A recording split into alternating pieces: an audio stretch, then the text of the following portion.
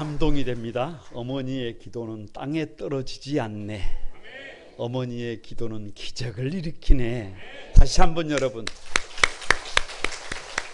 같이 한번 인사를 나눕니다. 주님의 은혜가 여러분 위에, 앞뒤 전후좌우로 주님의 은혜가 여러분에게, 주님의 따뜻한 은혜가 여러분 위에 가득하기를 바랍니다. 자, 이제 저를 한번 가만히 주목해 보시기 바랍니다. 저는 올 봄에 한 권사님께서 튤립 구근을 주셔서 교육관에 화단에 줄을 맞춰서 심었습니다. 튤립을 심고 나서 여러분 꽃이 바로 피었을까요? 피지 않았을까요? 피지 않았어요. 꽃이 바로 피는 것은 불가능합니다. 튤립을 심자마자 바로 싹이 나고 줄기가 쑥쑥 자라더니 꽃이 활짝 피었다, 이 말은 사실은 약간 거짓말입니다. 그건 만화 속에서나 나오는 얘기입니다. 그런데 무조건 신묘막측한 일이에요. 11월경에 심었는데 12월이 되고 1월이 되고 2월이 됐는데 소식이 있어요, 없어요? 소식이 없어요. 변화가 없어요. 그런데 3월이 되니까 튤립이 나오더라고요. 4월이 되니까 제가 없어도 꽃이 피더라고요. 우리가 사는 땅에도 튤립을 심으니까 꽃이 나와요. 그래서 다 같이 한번 콩 심은 데 콩 나고, 팥 심은 데 팥 난다. 그래서 그런 속담이 있는 거예요. 팩트를 한번 체크를 해보겠습니다. 오늘 설교하고 연관이 있습니다. 튤립 구근을 누가 심었어요? 제가 심었지요. 제가 심었어요. 그럼 또 묻습니다. 튤립의 뿌리가 나게 하고 싹이 나게 하고 줄기가 나게 하고 꽃이 피어 그 아름다운 자태를 뽐내게 한 것은 제가 한 겁니까? 아니, 제가 한 겁니까만 물어봤어요. 분명히 제가 한 게 아닙니다. 저는 튤립이 나올까? 진짜 나올까? 반신반의죠. 반신반의. 그러니까 나는 심고 기다린 것밖에 한 것이 없는데, 나는 그렇게 아름다운 튤립의 꽃을 만들 수 있는 능력이 없는데, 나는 그렇게 형형색색 아름답게 피어낼 수가 없는데, 하나님께서 창조의 섭리를 통해서 11월경에 구근을 심으면 3월에 싹이 나고 줄기가 나서 4월이 되면 꽃이 활짝 피도록 하나님이 어떻게 해놓으신 거예요? 이미 설계를 완벽하게 해놓으신 거예요. 무슨 말이냐? 내가 튤립을 활짝 피운 것이 아니라 누가 피우셨다는 거예요? 하나님이 피우시도록 설계하셨다는 거예요. 이것을 알아야 튤립을 튤립답게 볼 수 있어요. 이것을 모르면 우연히는 볼 수 있지만 튤립을 튤립답게 키울 수가 없어요. 이것이 하나님의 창조의 원리고 이것이 하나님의 열심이에요. 우리가 모르는 그때에도 하나님은 창세 전부터 그렇게 일하신 줄로 믿습니다. 하나님의 열심 두 번째인데요. 다 같이 네 부모를 공경하라. 잘못하면 공격하라가 됩니다. 공격이 아니고 공경하라예요. 왜 하나님의 열심이냐? 내가 부모를 공경하는 것이 아니라 하나님의 열심이 부모를 공경하도록 완벽하게 설계를 해놓으셨어요. 부모를 공경해야 사람이 사람답게 살 수 있도록, 부모를 공경해야 가치 있는 삶이 되도록, 부모를 공경해야 균형 잡힌 삶이 되도록 우리가 태어나기 전부터 하나님은 이미 완벽하게 뭐를 해놨어요? 설계를 해놨어요. 이걸 알아야 사람다운 삶을 살아. 옆 사람에 이걸 알아야 사람답게 산다. 왜 부모를 공경해야 되느냐? 첫 번째가 같이 한번 따라해 봅니다. 하나님은 부모를 믿음의 대상이 아니라 공경의 대상으로 세우셨다. 공경의 대상으로 설계를 하신 거예요. 16절 여러분 다시 한번 읽어봅니다. 시작. 너는 내 하나님 여호와께서 명령한 대로 내 부모를 공경하라. 그리하면 내 하나님 여호와가 내게 준 땅에서 내 생명이 길고 복을 누리리라. 자 보세요. 왜 하나님은 부모님을 믿음의 대상이 아니라 공경의 대상으로 설계를 하셨느냐? 여러분, 하나님께서는 사람이 되려면 아무리 그 부모가 역기능 부모라고 해도 무슨 부모요? 역기능이 뭐예요? 자식을 위해야 되는데 자식을 위하지 못했어요. 아프게 했어요. 힘들게 했어요. 버겁게 했어요. 그래서 부모 때문에 상처가 많아요. 그럼에도 불구하고 역기능 부모라고 할지라도 부모 공경이 기본이라고 말씀합니다. 부모 공경이 되어야 사람이 사람다운 삶을 살 수 있다고 역설하십니다. 백문일답입니다. 정답은 짜는 거예요. 부모 공경. 뭐라고요? 그냥 제가 묻는 말에 그냥 부모 공경이라고 하시면 돼요. 다른 생각하면 안 됩니다. 그 사람의 됨됨이는 무엇을 보면 알아요? 다른 거 보려고 자꾸 그러지 말아요. 부모 공경이에요. 부모 공경. 여러분, 그 사람의 됨됨이가 자기 자식을 사랑하는 것을 보고 압니까? 말이 안 돼요. 자기 자식은 고슴도치도 자기 자식은 귀하게 여겨요. 짐승도 자기 자식을 얼마나 사랑하는지 몰라요. 그래서 성경 그 어디에도 자기 자식을 사랑하라고 강조점을 둔다, 두지 않는다. 자기 자식은, 자기 자식 사랑하는 것은 옆 사람에게 당연한 것이다. 그 사람의 됨됨이를, 자기 배우자를 사랑하는 것을 보면 안다? 아니요. 그거 아닙니다. 왜냐? 자기 아내는 자기 눈에 콩깍지가 쓰여가지고 결혼을 해놓고 자기가 싫어하면 어떻게 되는 거예요? 자기 아내 사랑하는 것은 당연한 일이다. 옆에 사람에게 당연한 일이다. 그 당연한 일이에요. 그런데 그 가정의 됨됨이를 무엇을 보면 안다고요? 부모 공경이에요. 부모 공경. 부모님의 뜻을 잘 받들고 부모님이 행복한 삶을 살도록 해드리면 그 가정이 앞으로 막 짐이 무거워져가지고 힘든 가정이 될까요? 그 자식들이 앞날이 버거워질까요? 아니라니까. 하나님은 부모를 공경할 때 사람다운 삶을 살 수 있도록 여러분이 인생을 시작하기도 전에 이미 그렇게 설계를 완벽하게 해놨어요. 그래서 마지막 시대의 특징 중에 하나가 뭐냐 그러면 디모데후서 3장 2절에 보면 부모를 거역하는 거예요. 부모를 거역하는 것. 마지막 시대가 되면 자기를 사랑하고 부모를 거역한다니까요. 참 안타까운 것이 우리나라의 살인 사건이 참 의외로 많습니다. 그런데 그 살인 사건 중에 존속살인이라고 해요. 존속살해, 직계 가족에 의해서 죽임을 당하는 경우가 2013년에 1141건이에요. 2016년에 2235건이에요. 많아. OECD 국가 중에 1위. 무슨 말이냐? 이게 쉽지 않다는 거예요. 이거 결코 쉬운 일이 아니에요. 그러니까 무슨 말이냐? 부모를 공경할 줄 아는 아들이다, 부모를 공경할 줄 아는 딸이다, 그러면 볼 것도 없어요. 옆 사람에게 볼 것도 없다. 그 사람과 함께. 그러면 그 사람의 손을 잡으면 내 인생도 된다니까요. 그 사람과 함께 하면 복이 된다니까요. 그래서 부모 공경은 다 같이 명령이다. 16절에 이렇게 말씀하세요. 너는 내 하나님 여호와께서 명령한 대로.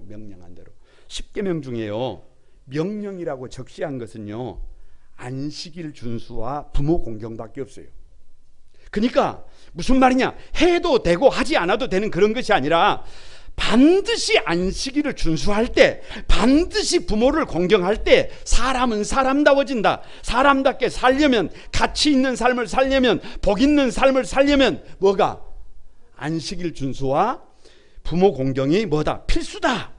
할렐루야. 다시 말하면 하나님께서 부모 공경을 할 때 사람이 복 있는 삶을 살도록 이미 다 여러분도 모르는 사이에 창조 때부터 그렇게 어떻게 해놨어요? 설계를 해놨어요. 그래서 여러분, 부모를 공경할수록, 안식일을 준수할수록 무슨 경험을 하게 되느냐 그러면 이런 고백을 하게 됩니다. 와, 가만히 부모를 공경하면 무슨 일이 있느냐 그러면 우리 인생에 다시 한번 와. 아무튼 방금 와라고 리액션을 한 만큼 하나님께서 여러분의 삶에 역사하실 것을 믿습니다. 주의를 성수하면 여러분이 살아가는 세상에서 무슨 일이 일어나요? 와, 뭐 이런 일이 있다니까요. 하나님이 그렇게 설계해 놓으셨다니까요. 이것을 알아야 인생을 복 있게 살 수 있어요. 왜 부모를 믿음의 대상이 아닌 공경의 대상으로 설계하셨느냐? 네 부모를 공경하라고 할 때 공경이 히브리어로 카베드예요. 카베드. 무슨 뜻이냐 그러면 무겁게 여기라, 중요하게 여기라, 명예롭게 여기라는 말이에요. 첫 번째가 부모를 무겁게 여기라는 거예요. 아니 좀 자칫 오해할 수가 있어요. 왜냐 그러면 무겁게 여기라고 하니까 부모 공경은 무거운 것인가? 그런 뜻이 아니에요. 잠언 22장 23절에 보면 네 늙은 어미를 경히 여기지 마라. 쉽게 생각하지 마라. 가볍게 여기지 마라. 부모 공경하는 것은 그것을 가볍게 생각하면 쉽게 생각하면 된다 안 된다? 안 된다 안 된다. 여러분 혹시 아세요? 그 민물에 가면 가물치가 있어요. 가물치 참 그 산모들에게도 좋은 고기예요. 그런데 이 가물치가 알을 낳으면 한 번 낳을 때 뭐 1000개, 2000개씩 이렇게 알을 낳는데 반복적으로 알을 낳으면서 적게는 한 5만 개 정도에서 10만 개, 20만 개까지 낳습니다. 그러니까 가물치 한 마리가 알을 낳는 것이 적게 낳는 거예요, 많이 낳는 거예요?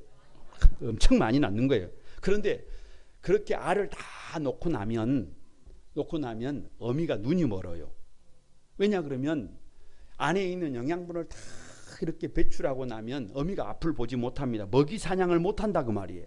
그러면 알을 낳고 나면 그 알이 1일이나 이틀 정도가 되면 부화를 해요.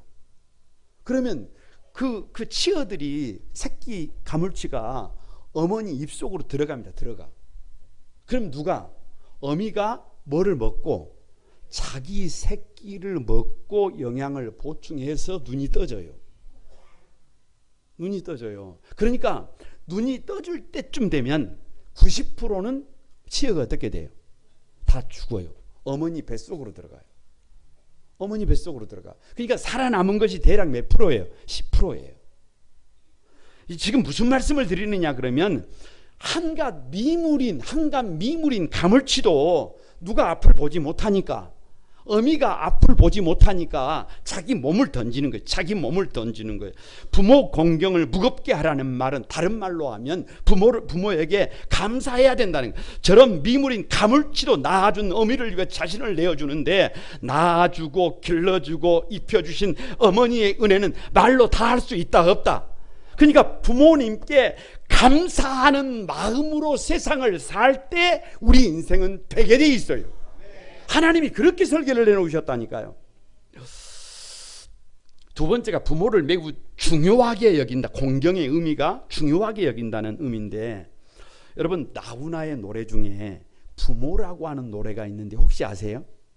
내가 여기서 한번 불러보고 싶은데 노래를 잘 못해요. 가사가 이렇게 되어 있습니다. 낙엽이 우수수 떨어질 때 겨울에 기나긴 밤 어머니하고 둘이 앉아 옛 이야기 들어라, 이렇게 되어 있어요. 여러분 가사 한번 생각해 보셨어요? 묻습니다. 왜 낙엽이 떨어질까요? 왜 낙엽이 우수수 떨어질까요? 이 말은 시간이 별로 없다는 은유적인 표현이에요.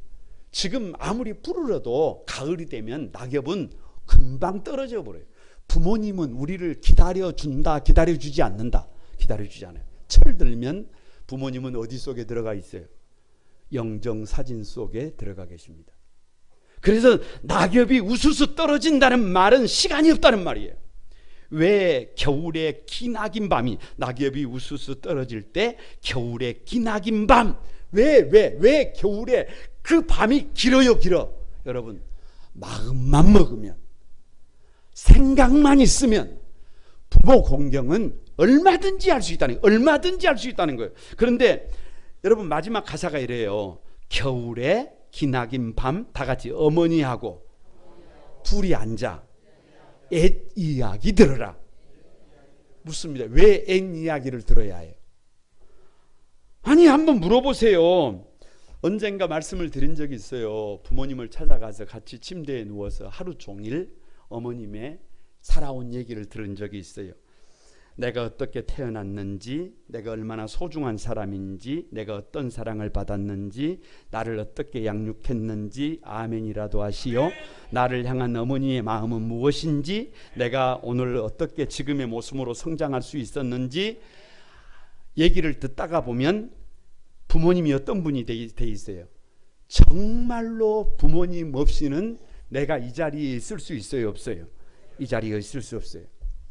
여러분, 차 한 잔을 시켜놓고서라도 어머니와 함께 지난 옛 얘기를 들어보시기를 바랍니다.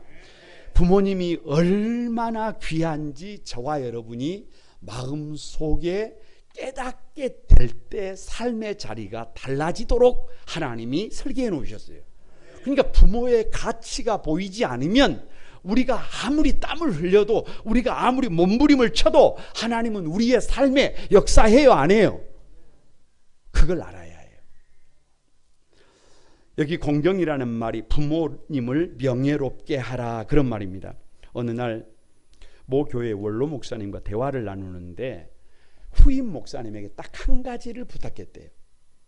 부탁이 뭐냐 그랬더니, 당회에서든지 재직회에서든지 공동회에서든지 어떤 자리라도 원로 목사님에 대한 이야기가 나오면 부탁이 뭐냐, 부정적인 말은 막아주십시오 라고 하는 게 딱 한 가지 부탁이에요. 집에 돌아와서 곰곰이 생각해 봤어요. 왜 그런 부탁을 하셨을까? 왜? 그것이 후임 목사님을 살리는 것이고 그것이 교회를 살리는 거예요. 예를 들면 후임 목사님이 회의를 하는데 전임 원로 목사님에 대한 부정적인 얘기를 누가 막 쏟아놔요. 그러면 그것을 가만히 듣고 있고 그냥 그래요 라고 인정하고 그렇게 달려가면 여러분, 그 교회가 교회 되겠어요? 부모는 공경의 대상이에요. 공경의 대상, 믿음의 대상이 아니라 공경의 대상이에요. 여러분, 우리가 할 것은 뭐밖에 없다. 공경하는 것 외에는 우리가 할 것이 없습니다 라고 거기서 딱 끊어줄 수 있어야 여러분, 그분의 목회가 되고 그분의 교회가 되는 거예요. 마찬가지예요. 자식들이 모였어요. 그런데 부모님에 대한 부정적인 얘기를 해요. 그 자리에도 없는데 득이 돼요, 안 돼요? 안 됩니다. 거기서 뭐 해야 해요? 멈춰야 해요. 거기서 멈춰야 해요. 우리가 할 일은 공경이에요. 공경. 우리가 그렇게 부모님을 공경할 때 하나님은 우리를 우리 되게 하신 줄로 믿습니다. 이걸 알아야 사람답게 산다니까요. 많은 사람들이 하나님께서 사람을 빚으실 때 이런 원리를 가지고 빚어 놓으신 것을 알아요, 몰라요? 잘 몰라요. 잘 몰라. 왜 부모를 믿음의 대상이 아닌 공경의 대상으로 두셨느냐? 다 같이 한번 따라서 봅니다. 세상에 남는 장사가 부모 공경이다. 룻기를 보면 믿음을 떠나서 모압으로 내려갔던 엘리멜렉과 그리고 두 아들 얘기가 나오고 그 엘리멜렉의 가정 얘기가 나옵니다. 그런데 아버지도 죽고 두 아들도 죽고 누가 남느냐? 나이 든 어머니 나오미와 두 며느리가 남아요. 그런데 나오미의 결단이 뭐냐 그러면 하나님의 말씀을 떠나서 우리가 원하는 대로 내가 살고 싶은 대로 살았는데 그 결과가 남편 죽고 두 아들 죽고 아무것도 없는 빈털털이라면 나는 더 이상 이렇게 살지 않겠다. 나는 더 이상 이렇게 방황하지 않고 단 하루를 살더라도 믿음으로 살겠다. 그래서 베들레헴으로 돌아갑니다.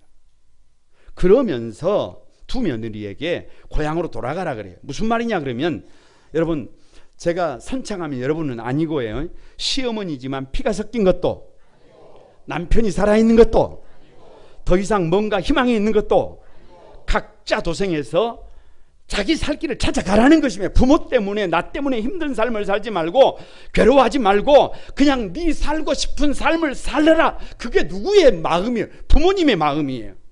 그런데 룻이 룻기 1장 17절에서 이렇게 말합니다. 어머니께서 죽으시는 곳에서 나도 죽어 거기 묻힐 것이라. 만일 내가 죽는 일 외에 어머니를 떠나면 여호와께서 내게 벌을 내리시고 더 내리시기를 원하나이다 라고 고백을 합니다. 죽는 일 외에는 어머니를 떠나지 않겠다. 이 말은 시어머니를 끝까지 책임지겠다는 거예요. 자기가 모시겠다는 거예요. 이게 부모 공경이에요. 여러분, 사실 룻은요 시어머니를 편히 모실 수 있는 힘이 없어요. 왜? 내일 먹을 양식이 없습니다. 그래서 빈 바구니를 들고 이삭을 주우러 갑니다. 밭이 있어서가 아니라, 농사 지을 수 있는 곳이 있어서가 아니라 시어머니를 모셔야 하기 때문에 빈 바구니를 들고 나무 밭에 떨어진 이삭을 주우러 갑니다. 무슨 말이냐? 부모 공경이 쉬운 일이다 아니다. 쉽지 않다는 거예요. 쉽지 않다는 거예요. 그 결과가 뭐예요? 여러분 꼭 기억해야 해요. 그 결과가 뭐냐 그러면 룻은 보아스라고 하는 자기가 한 번도 생각해 보지 못했던 멋진 남편을 만나게 됩니다. 아멘이라도 좀 하시오. 그것뿐만이 아니에요. 전무후무한 다윗 왕의 증조 할머니가 됩니다. 예수 그리스도의 족보에 당신의 이름을 당당히 올립니다. 룻은 자기 이름대로, 이름의 뜻대로 다 같이 최고의 선물이 된다. 뭐를 했더니? 부모를 공경했더니 최고의 선물이 되더라. 앞뒤 전후 좌우리 인사를 한번 합니다. 부모님은 믿음의 대상이 아니라 공경의 대상이다. 부모 공경이 최고로 남는 장사다. 여러분 이거 알고 살아야 해요. 이걸 모르고 살면 고생만 합니다. 꼭 기억하시기 바랍니다. 왜 부모를 공경하라고 하느냐? 두 번째가 부모 공경에는 세 가지 상급이 있어요. 잘 들어봐야 해요. 오늘 16절에 이렇게 말씀하십니다. 다시 봅니다. 너는 내 하나님 여호와께서 명령한 대로 내 부모를 공경하라. 다 같이 그리하면 내 하나님 여호와가 내게 준 땅에서 내 생명이 길고 복을 누리리라. 세 가지 복이 나와 있어요. 첫 번째가 부모를 공경하면 땅을 주신대요. 오늘 본문에 그리하면 내 하나님 여호와가 내게 준 땅이 이미 땅을 어떻게 하셨다는 거예요? 이미 땅을 주셨다는 거예요. 여러분 그 당시에요 땅을 가졌다는 말은 상당히 부유하다는 말이에요. 경제적인 지배력을 갖고 있다는 말이에요. 이스라엘 백성들이 400년 종살이를 한 이유가요 땅이 없었기 때문이에요. 이스라엘 백성들은요 땅이 없었기 때문에 애굽에서 종살이를 했습니다. 그런 이스라엘에게 땅 그러면 한이 맺혔어요. 아브라함도 주전 22세기 2000년 전 사람이에요. 예수님 오시기 전. 근데 자기를 일컬어서 이 땅에 우거하는 자라고 말하면 여러분 땅이 없다 그 말이에요.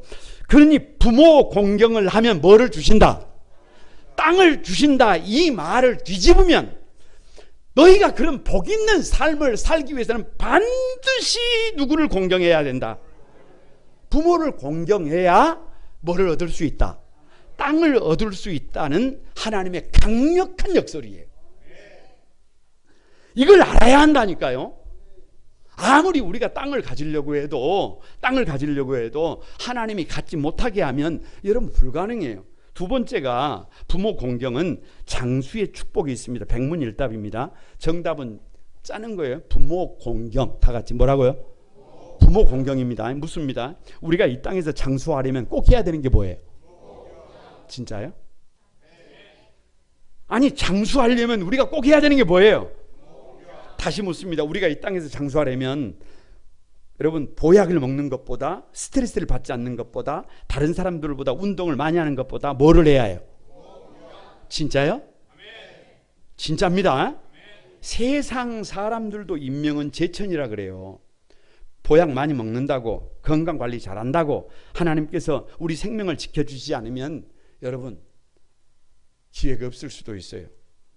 창세기를 보면 디나가 세겜 땅에서 어려움을 겪습니다. 큰일을 당해요. 그때 시므온과 레위는 아버지 야곱이 만류를 하는데도 불구하고 세겜 족속에게 거짓말을 하고 잔인한 복수극을 벌여요. 그때 아버지 야곱이 대노합니다. 대노해. 아버지를 근심하게 합니다. 그 결과가 뭐냐? 시므온 지파와 레위 지파를 야곱이 저주합니다. 좀 들어보세요. 민수기 1장에서 처음 인구조사를 하는데 시므온 지파가 숫자가 59,300명이 30세에서 50세까지를 체크를 하니까 59,300명. 그런데 40년 후에 가나안에 들어가려고 그때 인구조사를 내보니까 22,200명이에요. 여러분, 이게 무슨 말이에요? 이스라엘 백성들의 전체 숫자는 장정만 20세에서 50세까지가 그대로 60만 명이 처음이나 끝이나 마찬가지예요. 그런데 별 차이가 없는데 왜 시므온 지파만 반으로 줄어들어 버려요? 이건 성경의 경고예요. 시므온 지파는 태어나기는 태어나는데 이렇게 죽고 저렇게 죽고 세상 말로 제명을 다하지 못하고 광야에서 다 어떻게 되는 거예요? 죽어 나가는 거예요. 왜요? 부모의 말을 듣지 않으면, 부모의 말을 경청하지 않으면, 부모의 가르침을 따르지 않으면 그것이 우리 인생에 득이 된다, 득이 되지 않는다. 득이 되지 않는다. 부모를 공경하는 것이 장수의 비결이다. 운동 많이 한다고? 천만의 말씀입니다. 보약 많이 먹는다고? 천만의 말씀입니다. 내가 부모님께 공경하면 내 자녀가 나를 공경하고, 내가 부모님께 불효하면 내 자녀들도 나에게 불효하게 됩니다. 그래서 에베소서는 이 부모 공경을 다 같이 약속 있는 첫 계명이다. 그러니까 1계명부터 4계명까지는 하나님께서 말씀을 하시는데 이렇게 해라라고 하시는데 거기에 약속을 이렇게 하면 이렇게 주겠다라고 말씀하지 않으세요. 그런데 이 5계명 부모 공경에 대해서는 부모를 공경하면 뭐를 준다? 3가지를 주신다. 약속이 있어요. 그래서 약속 있는 첫 계명임을 믿습니다. 이걸 알아야 복 있는 삶을 살아요. 이걸 알지 못하면 일평생 부모 공경은 여러분 어려워집니다. 부모 공경은 세 번째 어떤 복이 있느냐? 내게 준 생명이 길고 복을 누리리라. 복을 누리게 만듭니다. 어떤 한 목사님이요, 그 책을 쓰셨는데 그 내용을 읽어보니까 이런 내용이 있어요. 82세인 어머니가 쓰러지셨어요. 그런데 문제는 어머니가 쓰러지시는 것에 충격을 받아가지고 5살이 더 많으신 아버지도 쓰러지셨어요. 그러니까 한날 한시에 두 분이 어떻게 된 거예요? 다 쓰러지신 거예요. 그래서 목사님께서 그 부모님 두 분을 가만히 이렇게 모시면서 왜 사람은 이렇게 늙어야 할까? 왜 사람은 늙으면 이렇게 아파야 할까? 왜 이렇게 치매까지 걸려야 할까? 왜 이렇게 몸은 약해져 가지고 누군가의 도움을 받지 않으면 안 되게 만들까? 마음이 많이 아팠습니다. 마음이 많이 아팠어요. 그리고 부모님 곁에서 간병을 가만히 하면서 목사님이 깨달은 것이 뭐냐 그러면, 여러분 잘 들어보세요. 그분의 고백이래요. 하나님은 우리를 사랑하시기에 우리가 복 받고 잘 살기를 원하셔서 복을 받는 방법으로 부모님들이 나이가 들면 약해지게 하셨다. 병들고 늙게 하셨다라고 하는 고백이에요. 아멘이라도 좀 하시오. 처음에는 이게 무슨 말인가 싶었어요. 그런데 그런 마음이면, 간병을 하면서도 그런 마음이면, 그런 자세라면 어떤 상황에서도 복된 삶을 살 수 있다는 생각이 들었습니다. 여러분, 제가 묻습니다. 부모님이 어느 날 쓰러지셨어요. 어느 날 몸이 안 좋으셔요. 그러면 누가 돌본다? 1번 불효자가, 2번 효자가. 그걸 뭐들어 물어봐요? 그걸 뭐들어 물어봐? 여러분, 불효자는 혹시 모셔도 무슨 생각으로 모시느냐 그러면, 참 나는 지질이도 복이 없다 이러고 모셔요. 그런데 효자는 하나님께서 나에게 마지막에 복을 주시기 위해서 기회를 주시는구나, 나에게 복을 주시기 위한 하나님의 프로젝트구나, 이렇게 생각하면 쓰러진 아버지도 쓰러진 어머니도 존귀해져요? 존귀해지지 않아요? 존귀해집니다.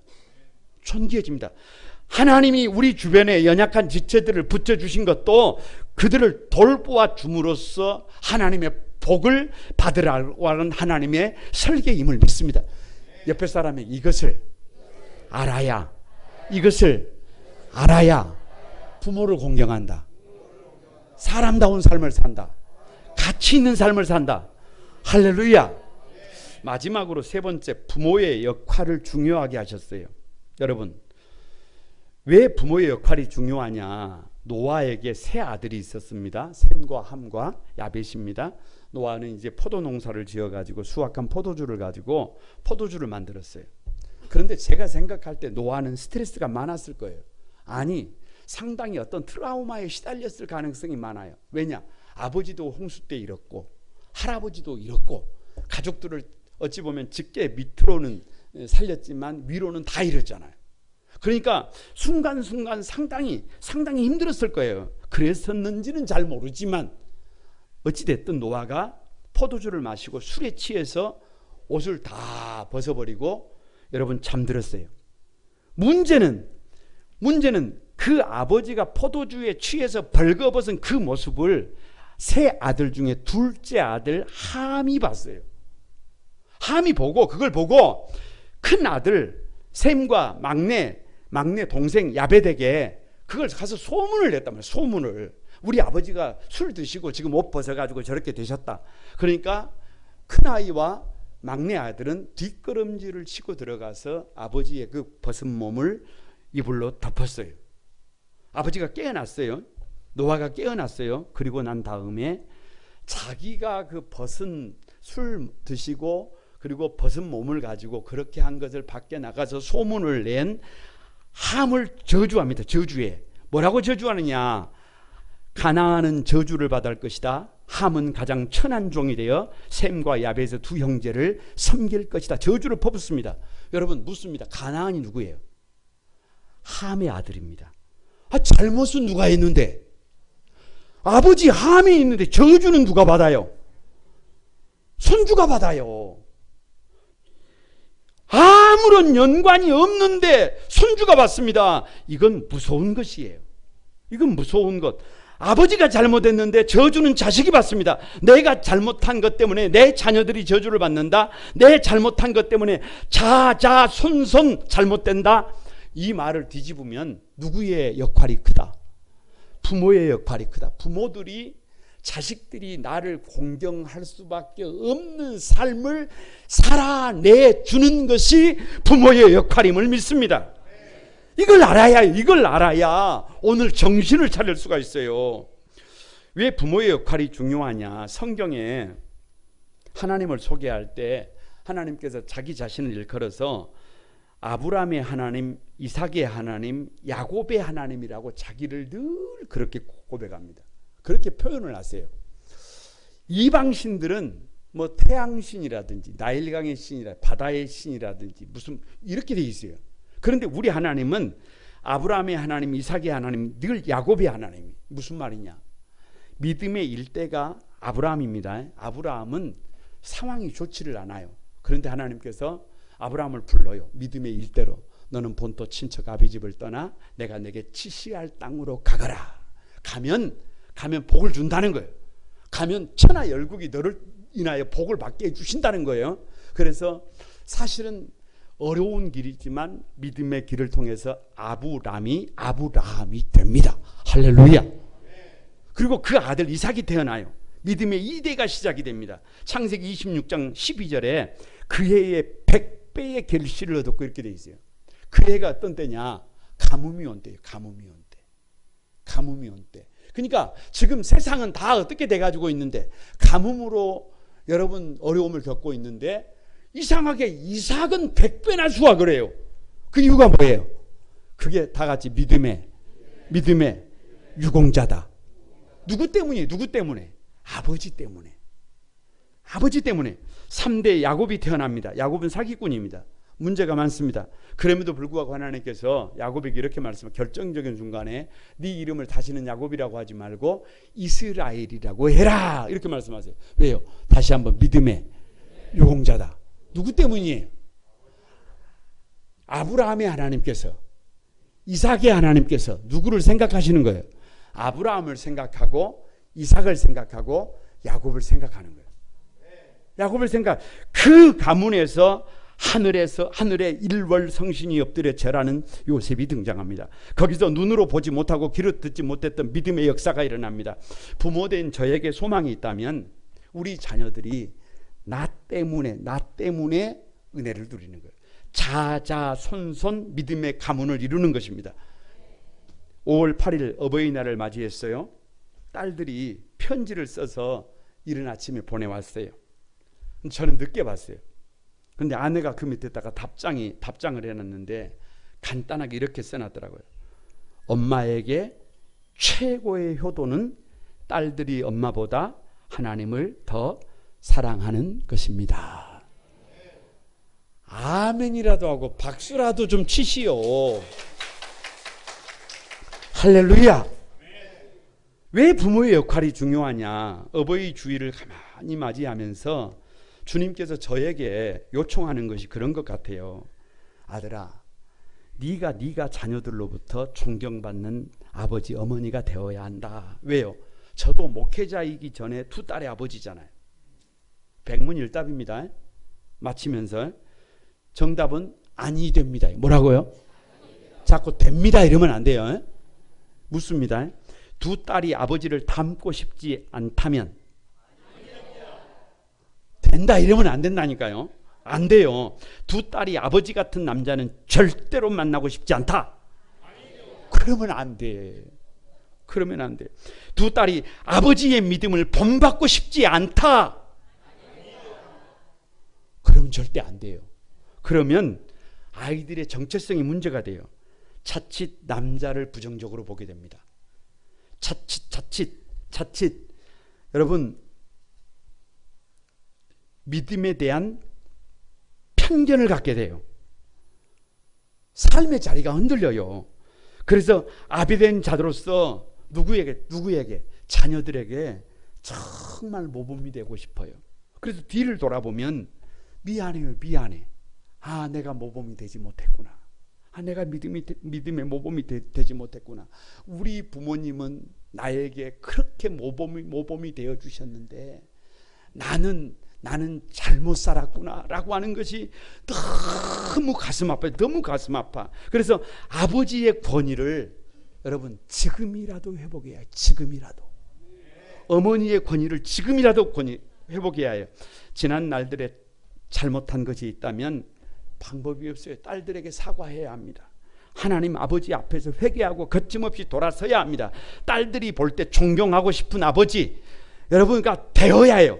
약속 있는 첫 계명 부모 공경은 노력이 필요해요. 노력이 필요해요. 그래서 명령이에요. 부모 공경이 기본이 되어야 균형 잡힌 삶이 되고 부모 공경이 기본이 되어야 성도다운 삶을 살게 됩니다.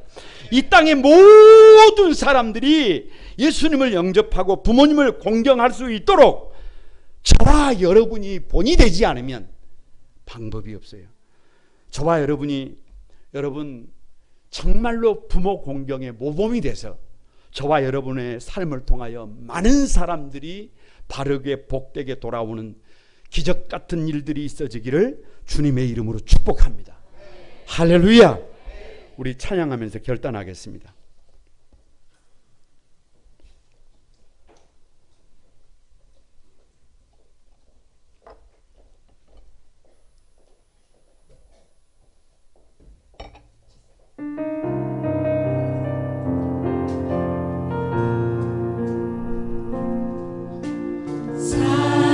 사랑하는 내 딸아 너의 작은도 내게 귀하다. 너와 함께 걸어가는 모든 시간이 내게 힘이라. 사랑하는 아들아 사랑하는 아들 내 연약함도 내겐 큼이다. 내 연약함도 내게 큼이라. 너로 인해 잃어버린 나의 양들이 돌아오리라. 나의 양들이 돌아오리라.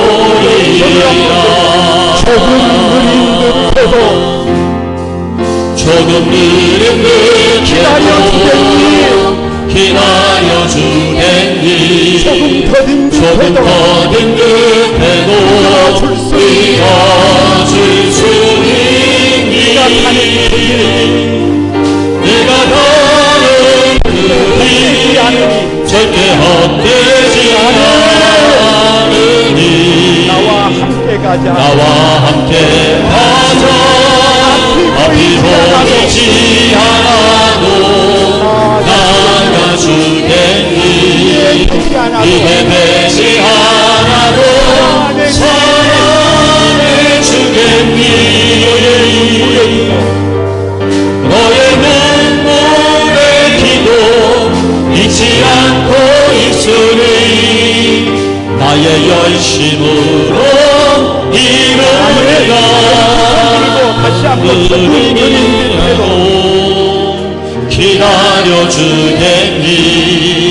조금 더 힘든 대로 믿어줄 수 있니.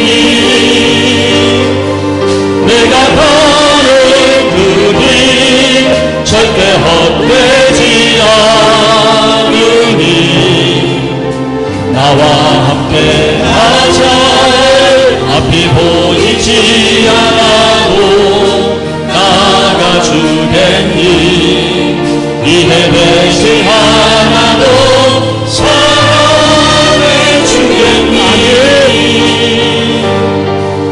너의 눈물의 기도 잊지 않고 있으니 나의 열심으로 이루리라.